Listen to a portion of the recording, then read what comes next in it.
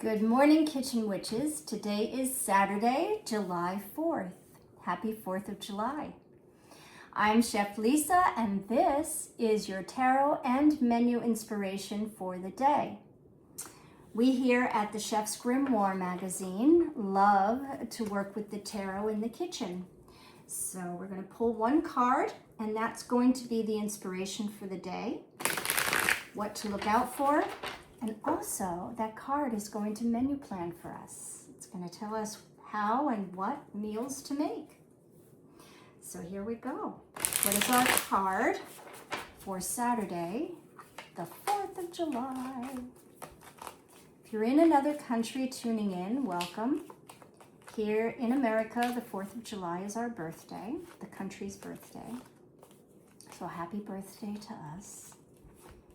And most of us, the tradition is to light up the grill. If the weather is supposed to be kind. Light up the grill and shoot off fireworks. Woohoo! So, great. All right, what is our card for today? Ready? It is... Dun, dun, dun. The Devil. I love this card. I love this card.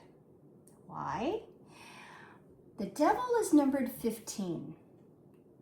Now, if you take 15 in numerology, whenever you've got double digits, you add them together until you get a single digit. So 1 plus 5 equals 6. 6 is lover's energy, right? It's nourishing energy. The number 6 in itself is very nourishing, nurturing, yeah? And this card, even though it's scary with the devil is teaching you a very valuable lesson. The devil is in us all. And who is the devil?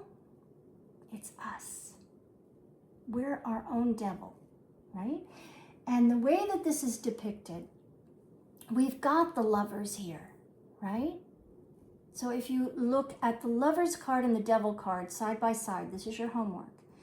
Take them out and look at the sides side by side. The way that Pamela Coleman Smith depicted the two cards, the same pair of people in the lover's card are the people here in the devil card, right? And that's huge. Why?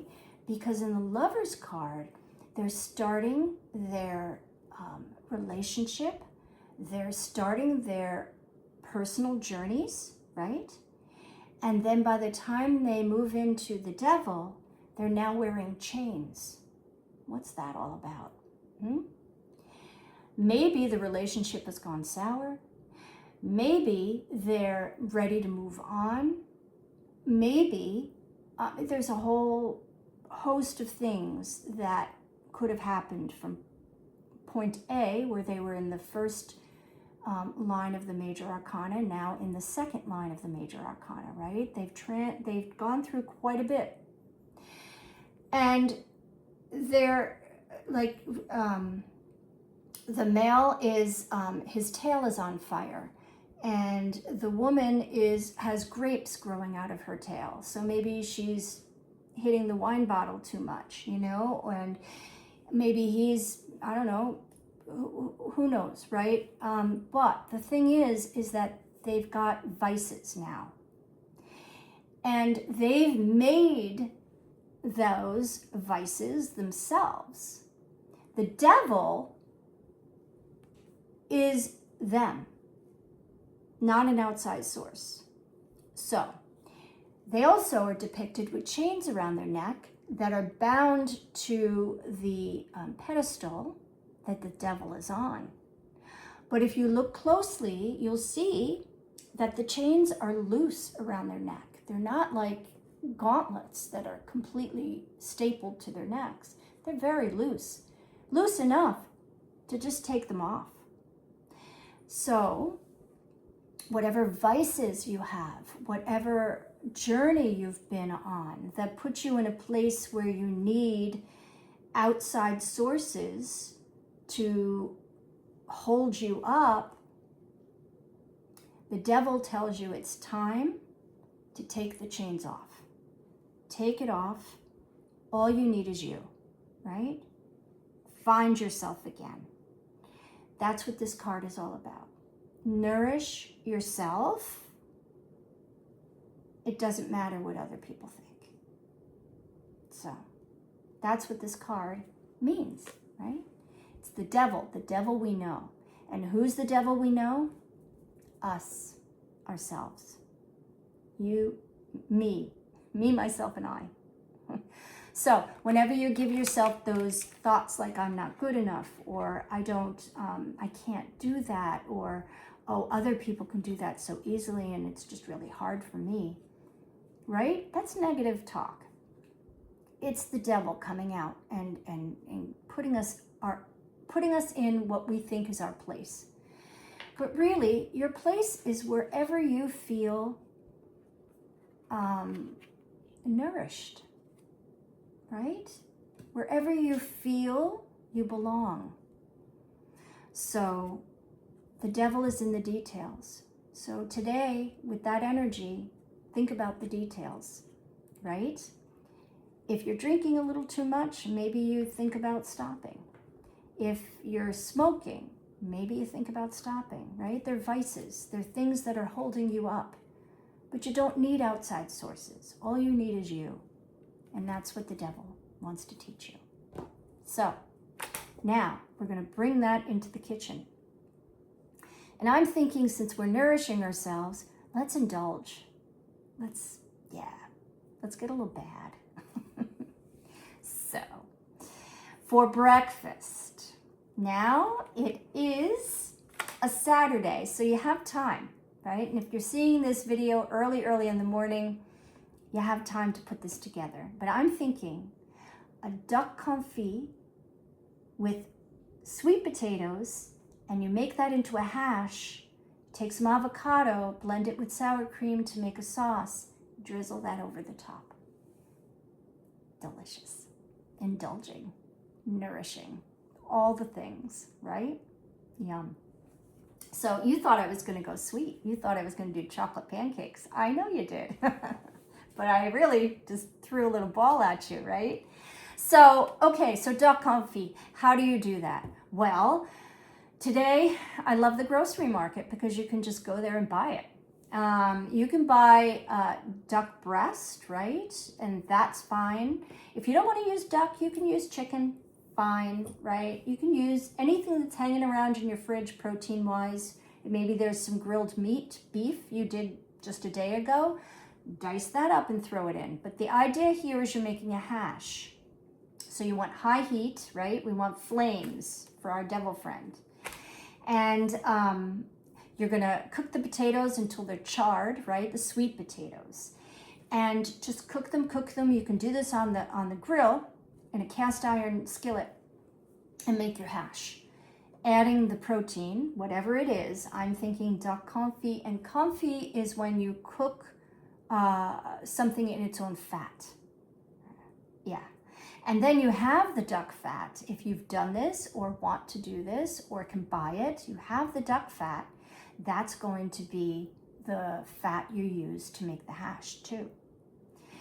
And then the avocado drizzle, easy enough, right? In a blender or a food processor, add a very ripe avocado with sour cream, maybe a little milk to get it loose. Not too loose. You do want it to hold its shape when you drizzle it over the hash. But you want it to be a sauce that you just go gorgeous. Present that in the skillet at breakfast. And everybody's going to be like, ooh, a little dirty, right? Little bad. Moving on. Breakfast done. Moving on to lunch. Well, again, we have time. So let's make crepes, right? Why not? Batter couldn't be easier. You just want to whip it up. It's pancake batter, literally. Maybe a little looser than a pancake batter. And you're going to whip it up. Let it rest. Don't use it right away. If you use it right away, you're setting yourself up to fail. And that's what we're not doing with the devil, right? We're liberating ourselves in a way. with the devil. So you're going to make your batter, let it rest 30 minutes if you're going to use it right away, longer in the fridge. Yeah. You make your crepes as you would, right? You could just use a hot skillet. Non-stick helps, but it doesn't have to be. A little bit of butter, like just a brushing of butter on the surface of the skillet, because you don't want it too oiled, otherwise it won't make its round shape. It'll just keep coming back on itself, and again, setting you up to fail, which we don't want to do. So just brush lightly with butter, and then hot pan, in goes the batter. Swirl so that the whole batter, and you want to go light on the batter. You don't want it thick, right? As thin as you can get it. And you swirl until it coats the bottom of the pan. Then you wait, I don't know, a minute or two. You take something like, I use this very thin spatula. I don't know even where I got it. It came free with something from Amazon, but I love it for making crepes because I just stick it in there, and then with your fingers you can lift the crepe and turn it over. And you can get it, browned if you wish. Lovely. We're going to add ham. We're going to add cheese. Any kind of ham, any kind of cheese. But then we're going to roll it, and we're going to make a béarnaise sauce. A béarnaise sauce is basically, it's a bechamel before you add the cheese-ish, kind of. It's a white sauce. So you can look up a recipe online. It's a classic French sauce, but easy enough to make for any beginner. Really easy. Just do that on the stovetop. It comes together 1, 2, 3, and you pour that over the crepes. And then you're going to serve that with red grapes on the side. So you've got the ham sticking out of the crepes. You've got a little pink there. The cheese, which is the cheese pull, is gorgeous. The crepe, which is toasty brown, and a little bit of the béarnaise sauce and red grapes on the plate. That is a decadent meal, right? A little bad, a little delicious, lots delicious. Devil would approve. Moving on, dinner. So I'm thinking lobster rolls. We're in summer, so grab yourself some lobster tails. You can get a whole lobster from the market. They'll steam it for you too. And then all you have to do is pick it apart. Hot dog rolls, perfect. You can even use a brioche hot dog roll, even better. Potato roll, whatever you want to use to make your roll. And then you could do this on the grill too. You can toast your buns or the rolls if you wish. You can put the lobster in butter in, again, a cast iron or a skillet that can go on your grill, and warm it all up, and then lay it into the beautiful roll and serve that with potato chips and some chocolate kisses. Because that's what the devil would do, right? So, the devil you know is you. And take a good look. See how you can remove the chains. And go back to what makes sense, right? What you can hold, not what others hold you under. That's what this card means. So, nourish yourself, nourish all those around you with your kitchen magic. I'll see you tomorrow.